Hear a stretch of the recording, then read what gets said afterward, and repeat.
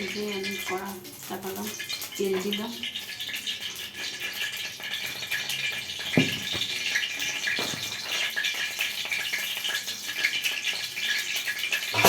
দিলাম।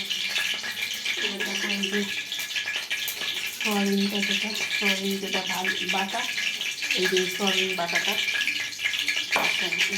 একটা নুন দিচ্ছি, দেখো।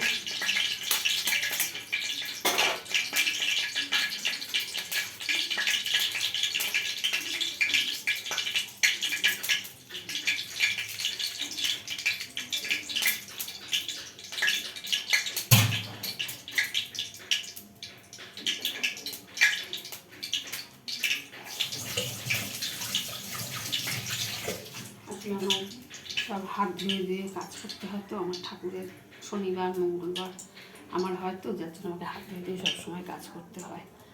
আচ্ছা দেখো, এই যে নুন একটু, এই যে একটু নুন দিয়ে দিলাম, মানে পরিমতন নুন দিতে হবে, পরিমাণ মতন নুন দিতে। এই যে নুন দিয়ে দিচ্ছি। এই দেখো, এই যে আমি পেঁয়াজ কাটা, এই যে রসুন, কোয়া, আর এই যে একটু আদা, আর এই যে একটু, এই যে লঙ্কা কুচনো, যেটা, সেটা আমি এর মধ্যে দিয়ে দিচ্ছি।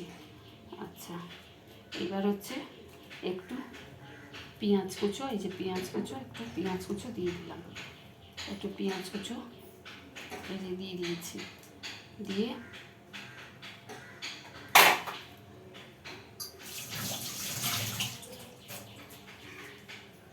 একটুখানি এই যে হলুদ দিলাম, একটু হলুদ দিলাম।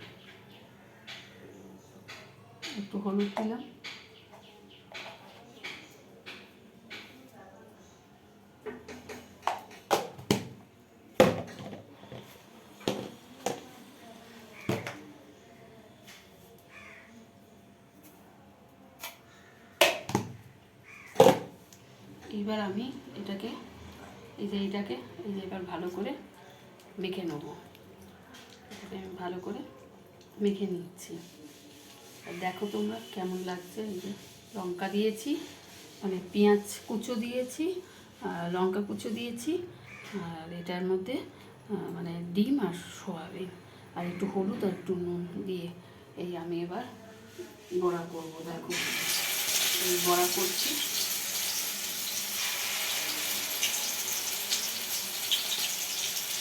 এটাকে বলা হয় ডিম সয়াবিন,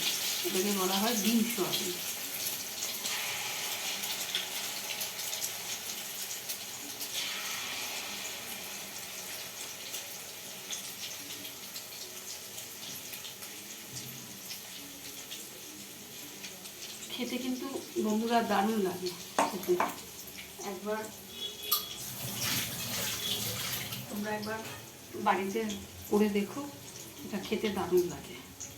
একবার বাড়িতে করে খেয়ে দেখো, খুব ভালো লাগে।